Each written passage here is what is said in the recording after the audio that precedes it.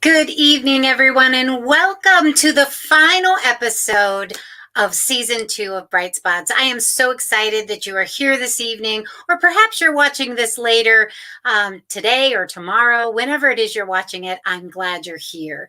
I have a great group of ladies here to share with you tonight, and I just cannot wait to get them on screen and talk with them about their lives and their success. But before we do that, I want to remind you that this is an interactive show. So if you'd like to ask our guests questions, please put that below.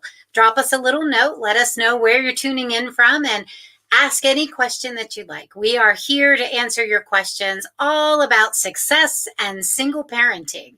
And these gals are successful from the word go. So I cannot wait for you to meet each one of them. And the first one that we're going to bring on screen today is Dr. Denise, and I should have asked her how to say her name, Bernardini, and she is going to tell us a little bit about her. Welcome, Denise. Hi, you did that well. Bernardini is correct. All right. Well, with Labishak, I've kind of learned phonics on names, right? So, Okay. Denise, tell us a little bit about you. Who are you, and what do you do? So I am a professor of voice at Radford University in the southwest corner of Virginia. I just moved here a couple of years ago, so it doesn't feel like I've been here that long because COVID sent me home, unable to teach, but at least in person. And so that was a very big learning curve. But prior to that, I was at the University of Toledo for about 8 years. And then I was at Indiana Purdue for a while, Oklahoma City University. And I have been maintained a professional singing career as well as I teach voice. I teach young singers how to pursue a career either in music education as choral directors or people who are in music therapy, things like that, but also in vocal performance, people who want to have a career as a singer full time. Awesome. Well, welcome to the studio. It is wonderful to have you. Thank you. And our second guest is Miss Natasha. Hello, Miss Natasha. It is so good to have you with us tonight. Hi, thank you for having me. I'm so excited to be here. My name is Natasha Williams. I am a director in the global medtech compliance industry. I've been working as an auditor, compliance person, uh, for well over 20 years now. I'm also a #1 international best-selling author. Yay!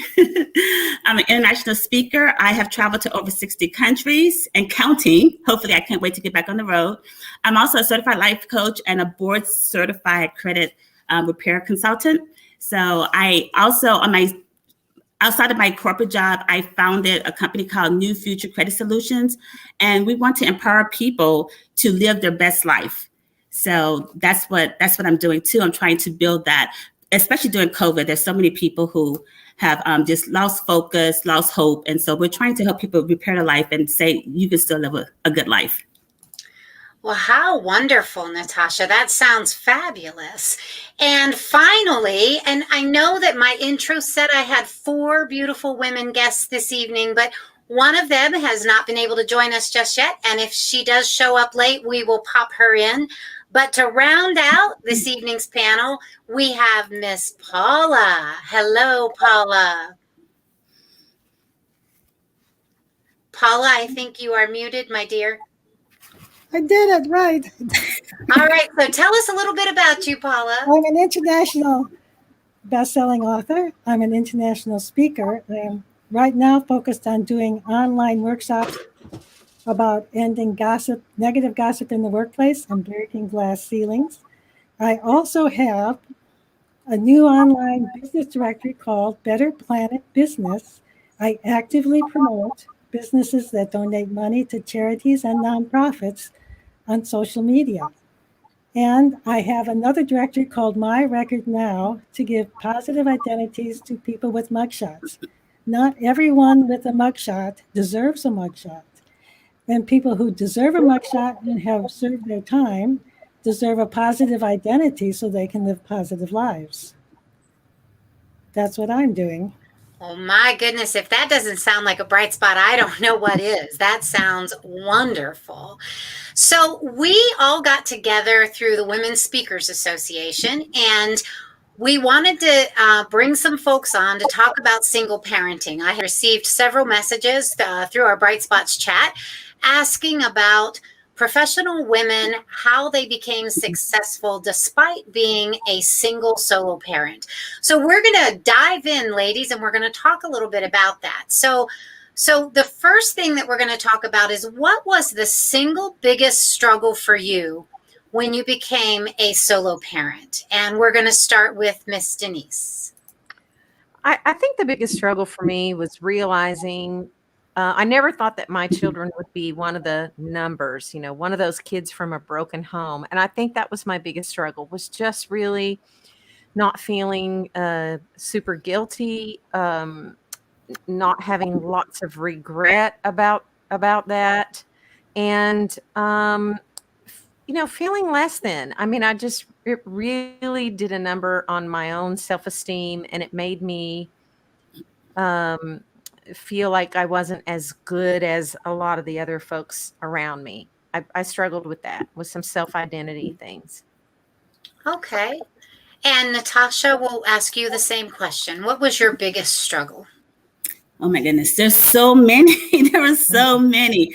I think the biggest one overall was just trying to raise healthy children while building my career. That was the biggest struggle, because I actually got pregnant very young. It was my sophomore year of university, and so I had to deal with the fact that I had all these dreams I had planned for my life, and being a single parent wasn't one of them. Wasn't one of them. And so I had to just reevaluate what I wanted to do in life and try to figure out how I was going to, first of all, finish university, because that was like the key for all the rest of my dreams coming true. I had to do that first. And it was a struggle, because a lot of people were saying like, it's too difficult, just either decide not to do it, not to be a single parent, or just get a job and you just work like everybody else. And I didn't want to just get a job. I wanted to establish a career, and I wanted to have what was now my daughter, at the time. So it was just very difficult to get through. First, the mindset that I could do it, that I could have it both. I could finish my career, I could finish my university studies, get a job, and be a parent. So it was difficult, though. It was not easy. So I'm glad you brought up the circumstances that launched you into single parenthood. Denise, would you share with us how you became a single parent? Was it divorce or? Yeah, sure. So I found myself married to an alcoholic, an addict of more than one thing, a compulsive gambler, and I tried to make that marriage work for 14 years. And I just realized one day that I was just an extra mouth to feed, and he was cleaning out the bank accounts. And if I wanted my children to have a better life, I needed to step up as a parent and say that this is enough. That's enough. Okay. And Paula, before you answer the question, I know that you and I have spoken and communicated about your journey in single parenting, but would you share with our audience how you became a single parent? And then we can get into the question, what was your single biggest struggle when you became a single parent? My husband died when our daughter was a baby. It was a sudden death, and it left me in emotional shock for 6 months. The most difficult part of being a single parent was that I was also disabled. When I was 12 years old, a boy in school pulled my chair out from under me. If anybody in the audience has children in their lives, please tell them to never pull a chair out from under anyone. Some people are instantly paralyzed. I'm lucky because I can walk, but the injury was misdiagnosed for 33 years. And over the course of the years, because I did not get the correct treatment for my spine, my pelvis shifted backwards, my hips shifted out of place, and my vertebrae started shifting out of place. How do you earn money when your bones are out of place? I always had financial difficulties. That was my biggest problem as a single parent. And it was an invisible disability. Sure. So ladies, oftentimes we hear that it's different for men and women to be solo parenting. So could you share with us I guess it would be your observation, your opinion of how is it different for a woman to be a single parent compared to a man being a single parent? Denise, we'll start with you. Yeah, I can't really speak for what it would be like for a man, unless there's shared custody, perhaps. I don't know. We did not have shared custody. I got full custody of my children, but for me, I had to be father, ball thrower, sports player, assistant coach to Pee Wee, all those things. I had to be disciplinarian, caregiver, doctor taker, all the things. Like there was never anyone to share that with. And I often say that when you're the disciplinarian and and you have full custody of your children, it's really hard to be that and give them a soft place to fall. I feel like when two people are doing it together, there's that bad cop, good cop thing that can go on or whatever, but you have a place for children to fall and have a soft place to fall with you, and maybe dad is a disciplinarian or either way. But for me, it was just such a hard thing to put on all the different hats. And so I can't compare it. I really can't. I can't speak for men out there who have sole custody. I would imagine that they do the same thing. But if you have shared custody and there's a male and a female, I can't speak to that because it was not my experience. Right, right. Natasha? So you know what? When I remember when I was in, I think it was junior high school. One of my friends, her mother left, and so her father was raising two girls, her and her sister, and so and at that time my mother was a single parent raising my brother and I, and so we actually had that discussion because I said, how do you talk about female stuff with your father? Because it's kind of awkward, first of all, for middle school children to talk about that stuff, and then to your father. So I think just knowing from what she went through, she had aunts, so she could go to. There was positive women in her life that she could go to for those kinds of things. When you get your first menstrual cycle, etc. What are you doing like a boy that you don't really feel comfortable talking to your father? So I think for people who are raising opposite gender children, it may be difficult. Like I had two girls, so for me it was easy. I could teach them all about womanhood and stuff like that. I was glad I didn't have any boys because I cannot show a boy how to be a man or teach a boy how to be a man. I don't even understand men. I don't understand. I still don't. I'm 50 and I still don't understand them. So I love that. So yeah, Okay. so that's the whole thing. But dads get more empathy because there's not as many, single parent dads as women. So I think, oh, you're a dad, and they get more help and more empathy. And women, they're like, okay, you can do it because it's become like a normal thing now, but not so much when it's a male raising kids. Sure. The struggle is the same. The struggle is the same. Paula? I told you that Natasha would be funny.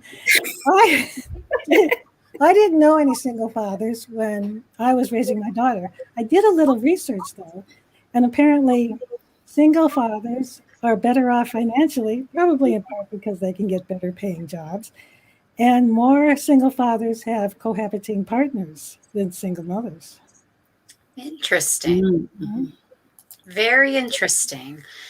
So ladies, often in situations we feel marginalized. Was there ever a time that you felt marginalized or discriminated against because you were a single parent, either in your work, your career journey, or just, perhaps in church or personal life or in your friend circles? Did you ever feel like you were marginalized because you had that stigma of being a single parent?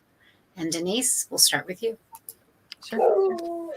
Absolutely. So I am a minister's daughter, and I went to work early on. Well, first of all, let me just say that before I got a divorce, I had a Carnegie Hall debut. I was singing all over the world. I got pregnant. And when I had the kids and decided that I'd had enough and decided to divorce their father, those international singing gigs pretty much ended.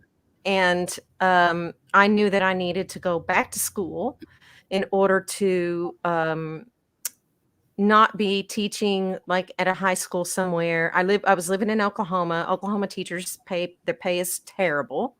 And I knew that if I wanted my children to be able to like take music lessons and pay to play sports and do all those things, that I needed to go back to school. So I went back to school to finish and get a doctorate in music so that I could teach in higher ed, have my summers off, things like that, so I could be a full-time parent. And the first job that I had at a university was within the same denomination as I was raised in. And when I got a divorce, they fired me because I was a divorcee. And that was a real shock and blow. And I would say also that friends, it was really hard to make friends, to make female friends, because you're considered a divorcee. You're this single woman, and they can't really relate or connect, and frankly, they don't want you around their husbands. So, I mean, they didn't have to worry about that with me because I was done having husbands at that point, for sure. But nobody wants that woman coming to the house. Like, I don't know. It was just a really, really weird time to try to make friends and keep a job in the religion that I had been raised in. Sure. So it was hard. It was really tough. Do you think things have changed now in that particular university, or do they still frown upon divorce? No, I'll just say it out loud. They're still bigots. Okay. Natasha, how about you? Well, I could piggyback off of what Denise said about friends, because I was a parent at 20, 20. So I'm in college. So, all the college kids are doing their thing. I couldn't do that. I had responsibilities. I mean, I had to work, but actually I worked since I was 14. So working wasn't a big deal for me, but with the kid, with my studies and the kid, I didn't have time to do stuff. I didn't join the sorority because I didn't have time to do that, or the money. So that was the first household that I had. The second one was with career, with job, because this is before internet. I mean, I don't look as old as I am, but I was working before there was internet, right? And so anyway, so they didn't see you for promotions and stuff like that. So you had to really work extra hard to prove yourself. And I have one particular story. I was working I got a job at an accounting firm. And then this is when I lived in Texas. And I got called into the partner's office. It's like, I don't even think I was a senior staff. I was just a regular staff. I was like, oh, I got called into I was a senior. I wasn't senior. Got called into the partner's office. That was big, right? I thought it was, I'm getting promoted. She's recognizing my good, work or whatever, everything I've done. And no, that was the opposite. She was complaining. This is a woman, and she had kids too, but she had a husband and a nanny. Okay, I couldn't afford a nanny. And the husband was like, no, I'm not, I don't want that either, right? So she said that I wasn't networking or being social with the team because they were going to like happy hours after work and stuff like that. And I told her, I said, I have to get my kids from daycare. I had two at that time, two girls, from daycare before 6. Are they going to charge me more? Are they going to kick the kids out if you're too late too many times? I don't have time to go drinking beer with some young adults who have no kids and no major responsibilities, So I said, if it's a company event or something planned, I make arrangements for that, but not just spur of the moment, go hang out. And I shouldn't be penalized. Like, I'm not serious about my job. I can't really get ahead in the firm because I can't go and socialize with people who, I didn't even drink beer. I didn't even drink beer at that time, right? So that was the major hurdle for me. Blocks in my career path, because they just automatically assume you couldn't do certain things. When I wanted to get into another department, they said, well, you can't be an auditor because you have to travel. How are you going to travel with these kids? And so she was blocking me. But I had one other partner who was female, who had kids. She gave me an opportunity. 60 countries later, let me tell you, that same partner who told me I couldn't do it, she follows me on LinkedIn. She knows who she is. That's fabulous. That is just fabulous. Yeah. Okay, Paula? Okay, I want to say that both Denise and Natasha have talked about stereotypes. I collect examples of stereotypes, and those are some of the big stereotypes about single mothers. I was marginalized because I was a disabled single parent with an invisible disability. I was poor because I had difficulty earning money. I needed Medicaid and food stamps. I wrote letters to the editor fairly steadily for about 9 years about poverty. One of my big topics was poverty. One woman, I said I was a widow and that my daughter had lost one parent and I wanted to spend as much time with her as I could. Besides not being able to earn money, I wanted to spend as much time with her as I could when she was small because she had only one parent. One woman wrote to the paper and said I was hiding behind my daughter and looking for free handouts. Wow. Yes. And then there was a friend of mine who was married and in a babysitting co-op. There was a babysitting co-op meeting, and someone at the meeting actually asked, "Does anyone here know Paula Kramer?" My friend said, "Yes, I know Paula." The woman asked my friend, "Is Paula fat? And does she sit in front of the television set all day eating potato chips?" My friend said, "No." But that's what I faced, all these stereotypes. Yeah. Wow. So, it's interesting to me. The three of you come from very different walks of life, very different backgrounds, very different situations, that brought you to single parenthood, but your stories are still very similar. The things that you faced were very similar. So where did you find support? Did you have a support system? Was it family? Was it friends? Who lifted you up? Denise? Because of my religious background and because my parents were in the ministry, by the time that I was an afterthought. I am 16 and 11 years younger than my sisters.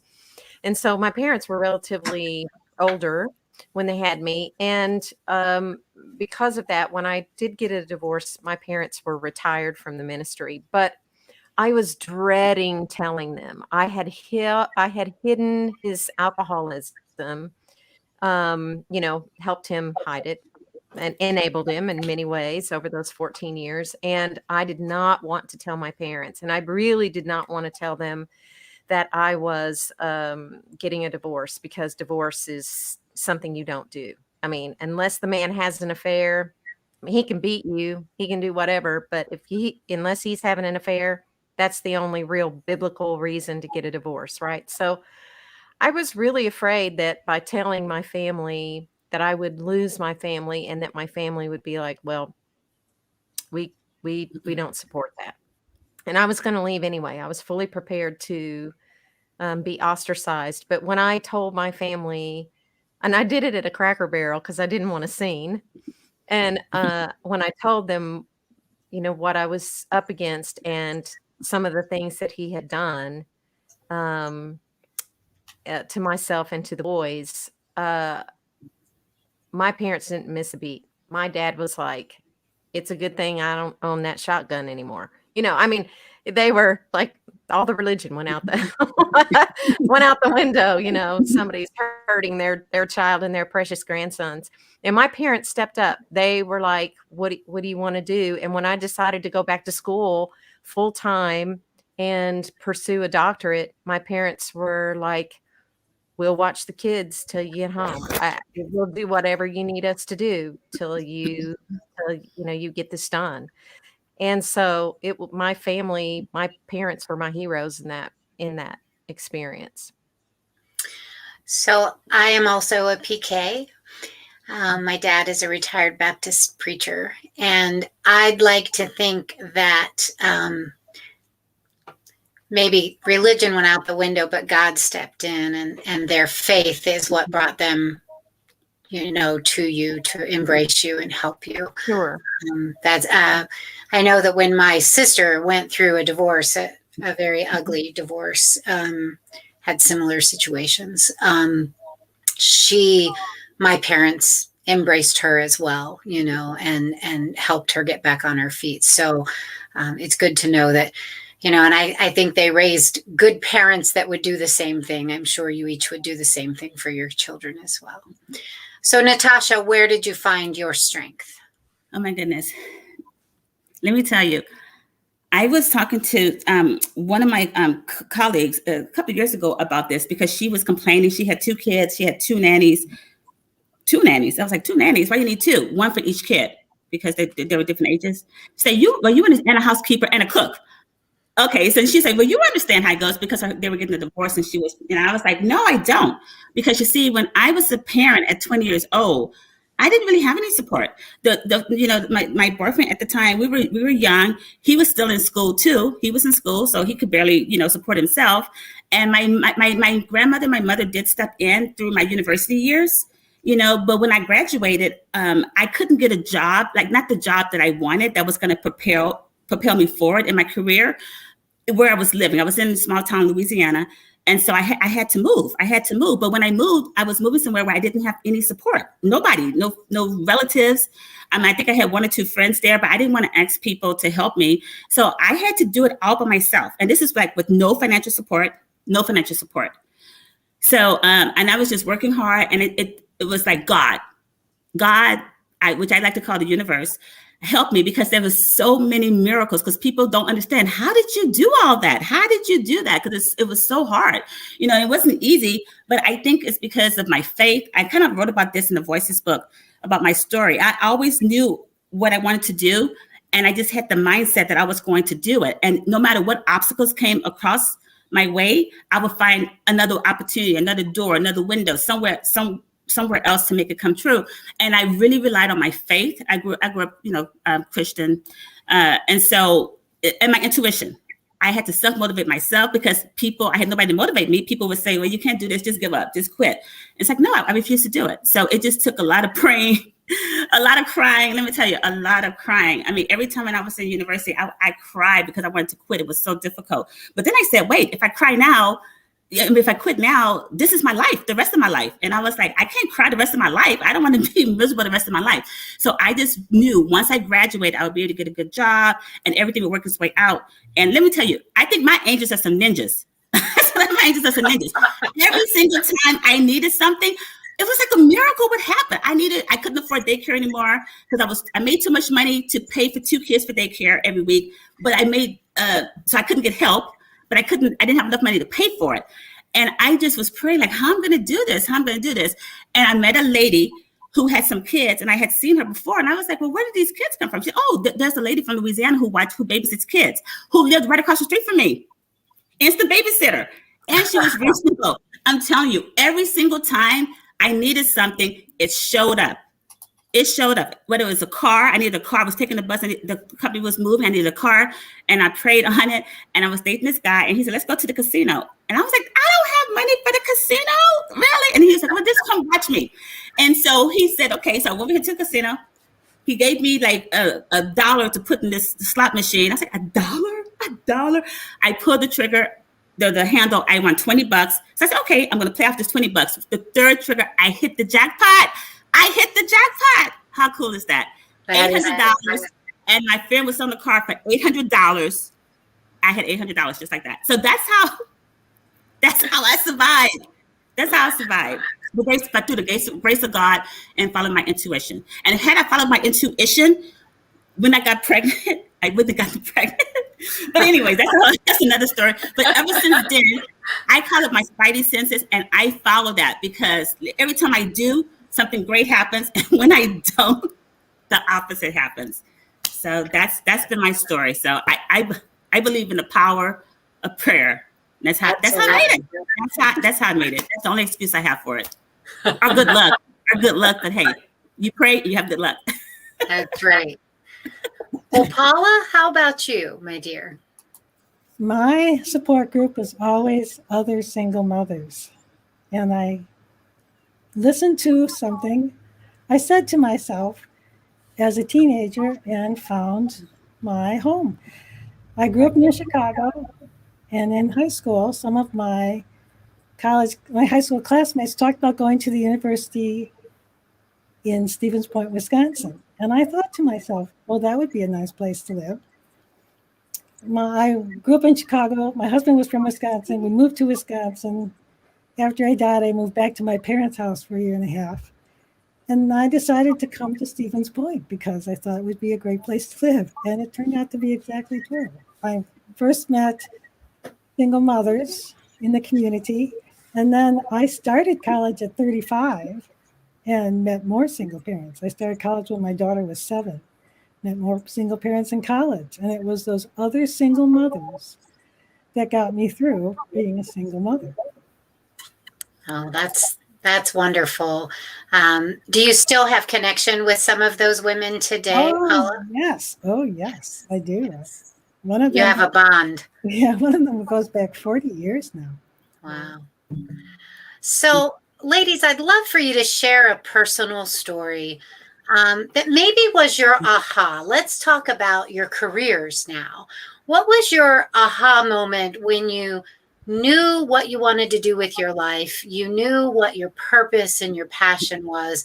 Or maybe you haven't had it yet and you can share that as well. But I know that you are all three very successful. So share with me that aha moment, that moment that you knew you were going to be successful and everything was going to be okay. Denise? Yeah, sure. I think my first teaching job, it's funny because as a vocal performance major for both my bachelor's and my master's, I was determined not to teach. Like, I was like, I'm not teaching. I'm going to perform. I'm going to be on that stage every chance I get. And, it's funny, life sometimes just says, yeah, no, not so much. And before you know it, you're doing something you said you would never do. So never say never. And the first time I ended up in a classroom, I was like, oh my God, I love this. I love this so much. I love that I'm going to get to shape young people, young lives, and that I'm going to get to mentor them and be by their side as they try to decide which path in music they're going to take. And musicians are probably some of the smartest people that you'll ever meet. Most of the faculty and people that I've been acquainted with and associated with through, university teaching have been some of the most unbelievably genius folks you could ever want to share a classroom or be colleagues with. So I've been really grateful to be in the higher academic setting with some crazy talented people, making a difference in young 20-something-year-olds' lives. I mean, it's been an amazing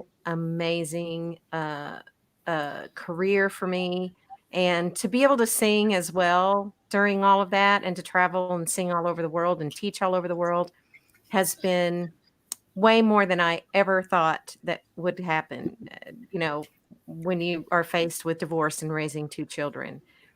I mean, life just continued to kind of stay on that trajectory of upward and onward. And it was hard, but, I say this to women all the time. You can do it. There is life after divorce. You can, or after losing a spouse, or you can do it. You will find the strength. Women are the strongest people I know.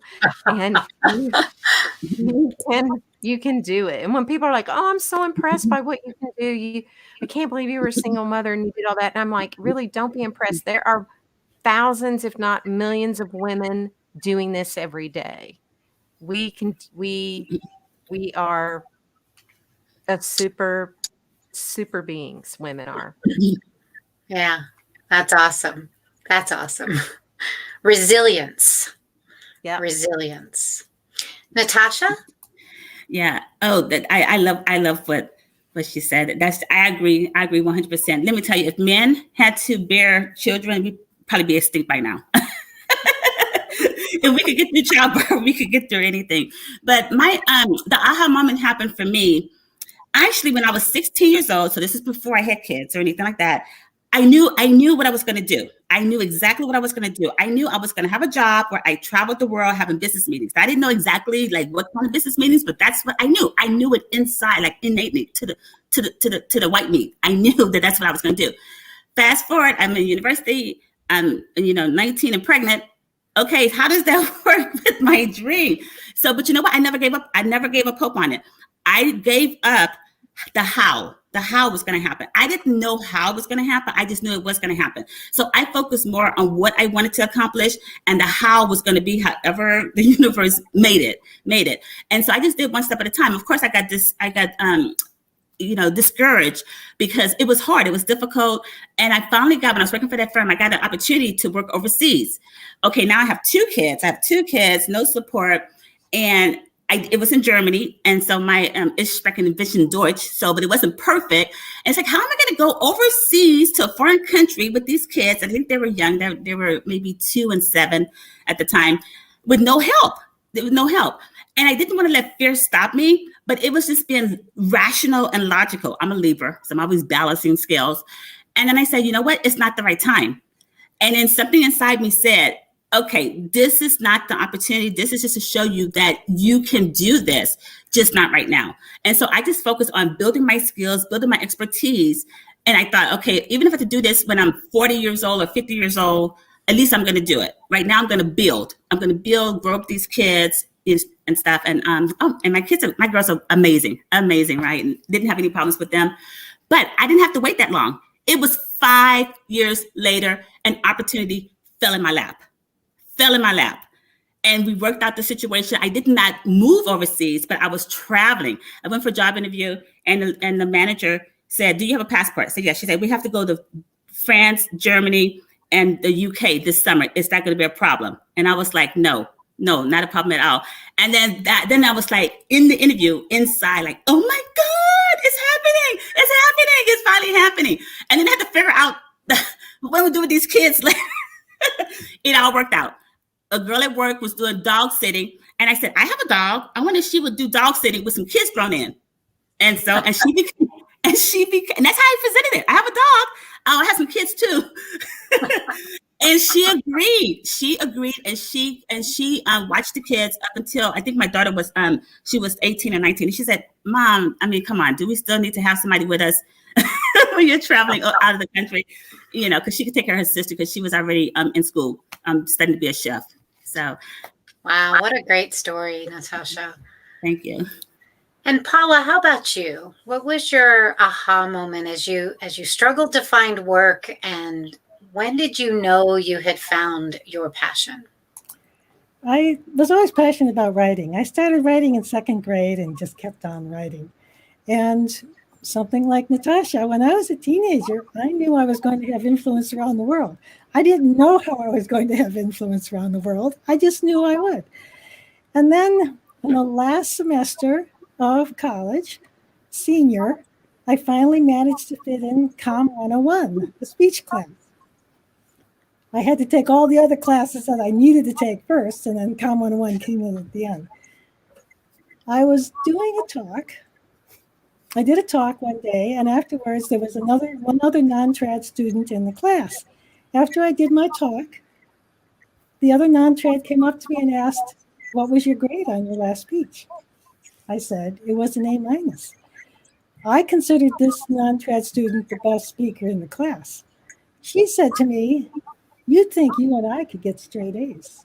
And I thought, oh, she thinks I'm as good as she is. So that's when I decided to become a professional speaker. All right. Well, that's great. So ladies, we have talked a little bit about your history and where you found strength and your aha moment. So what advice do you give your children about life and parenting and marriage, and what advice are you sharing with them? And I'm going to mix it up a little bit. And Paula, I'm going to start with you. Okay. Well, my daughter knows how to handle all kinds of situations because she's watched me handle them on my own. When did you know? What advice are you sharing with them? And I'm going to mix it up a little bit. And Paula, I'm going to start with you. Are we fixed now? Yeah, we're fixed. Sorry about that. It's okay. But when she was young, when she was a teenager, probably even as young as 12 or 13, when I had to make a phone call for something like customer service or anything where I had to solve a problem, I had her listen in to hear how I handled it and to hear what the other person said. So whenever she had to come up in that situation in her own life as she got older, she knew what to do because she had listened to me through all of these conversations. That was one of the big things I did. And I also never, ever, ever talked about her appearance. I never made her appearance more important than anything else. I talked about her accomplishments. That's wonderful. That's wonderful. Natasha, how about you? So I have really tried to encourage the girls to, first of all, to believe in themselves, to don't limit what they think they can do, what they think they cannot do, to take calculated risk, to dream big. Don't be afraid to dream big, because on the other side of fear is everything you have ever wanted. And that's like one of my signature quotes, because I've been through that. And so my kids know the story. They know my story. They lived my story and stuff. They saw how hard that I worked, so that they wouldn't suffer or be left without, and I think just from my example has been a good deterrent. I mean, a good, what I want to say, motivator in their life, so that they can avoid certain situations. But of course, they have to learn their own mistakes. And sometimes they listen, sometimes they don't. Sometimes they don't. They have to, learn their own lessons in life. But I hope that my story and what I overcame, would remind them when they're going through difficulties that they can overcome anything they set their mind to. And Denise, you're the only one with boys on the panel. So how did you teach them about, or how do you teach them? Because they're still young men. How do you teach them about marriage and parenting? Well, they are, basically out of the house now. I'm an empty nester. And so I try not to give them advice now unless it's solicited. Nobody likes unsolicited advice, especially from mom. So I try not to do that. But I think the biggest thing that I would say that I think will help them most in their relationships and marriage is that I did not talk badly about their father. We had honest conversations about his illness. We had honest conversations about what they could and could not expect from him. But I did not call him names or talk about, what he did to us or what he did to me. Maybe every once in a while that might trickle out a little bit and out of some frustration, but I tried to always keep that neutral and tell them that it was really important for them to have a relationship with their dad, that they needed to cultivate that relationship, that they needed to be open to have that relationship. And he's been sober about 2 years, I think. I don't know for sure, but it sounds like from what I hear that he has been sober for a couple of years. And so the boys have been able to cultivate a relationship with him and have been able to make some connection with him. And that has helped them immensely, is being able to see firsthand their father and know their father a little bit better than they did when, he came around every once in a while and not very often. So I think them seeing me kind of moving forward and not being negative and not complaining about not having child support ever or any of those things, and just, hey, we're going to make it. Everything's going to be okay. And I think just trying to show them that, if you stay positive, you can achieve a lot of things. Then I also always told them, listen, guys, you need to be making decisions for your future self. The things that you do now can affect you later. And I think those were the really big conversations that we had. That's great. That's great. All you can do is the best you can do, right, with your kids, and pray a lot. Like Natasha said, we just pray a lot that they grow up to be productive humans and kind and compassionate people. So the final question that I'd like to pose to you this evening is, if there are young women watching our broadcast at some point and they're struggling, they're single parents, or perhaps they're pregnant, looking at single parenting, or maybe they're in that relationship that is unhealthy and they're not sure where to go, where to turn. What advice do you have for young women today who are facing solo parenting? And Natasha, I'm going to let you go first. I will say that just believe that this too shall pass. The sun always rises in the morning. And so even if you're struggling right now, build a dream for yourself and believe that that dream is going to come true. And whatever difficulties you're struggling with at the moment, they will pass and you still can live a life of your dreams. I started off as a 20 years old, single parent. I finished university. I worked hard. I got a career.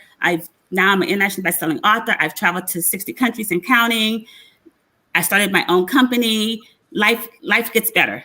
Life gets better. So we always have ebbs and flow. So just go more with the flowing part, with the flowing part, and then you will survive. You will survive it. This is just another day. Tomorrow, it's always better. Wonderful. Denise?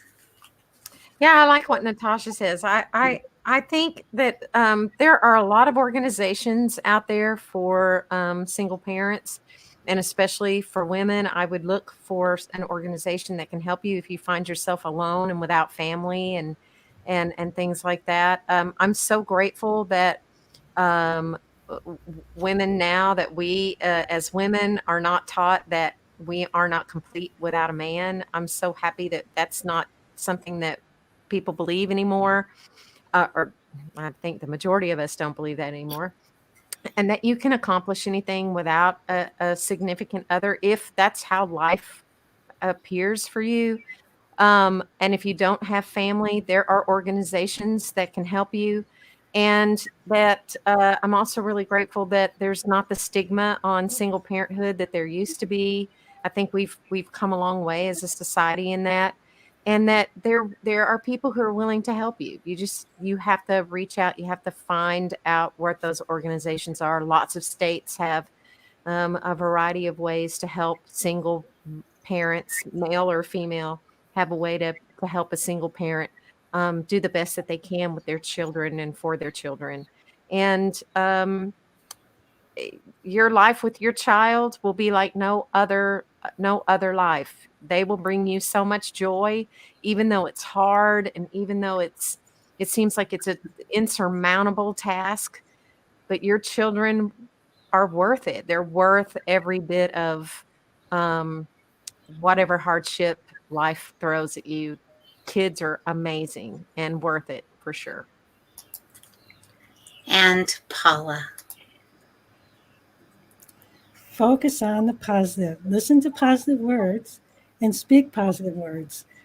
My family was toxic and stereotyped me negatively. I had the negative stereotypes as a single mother. I had negative stereotypes because of my invisible disability. I did not start college until I was 35 because I did not think I would be allowed to succeed at college because so many people went out of their way to prevent me from succeeding. But I spoke positive words. Those letters to the editor, I wrote about poverty, trying to help other people in poverty. One day, I cry when I tell the story. One day after one of those letters, a woman called me and asked, "Are you the Paula Kramer in the newspaper?" And I said yes, having no idea what she would say. Remember what I told you about what other people had said. She asked me, "Is there anything I can do to help?" For about 14 months, this family helped us in very mild ways. The teenage daughter babysat my daughter once when I had an appointment. They helped out once in a while. The woman helped me come and clean when I was being stalked and had to move suddenly. Her church group gave us $40 in groceries. And just through that kind of interaction, I began to feel like I was a part of American society and I could succeed at college. And I went to college because of this family. And they contacted me because I tried to help other people.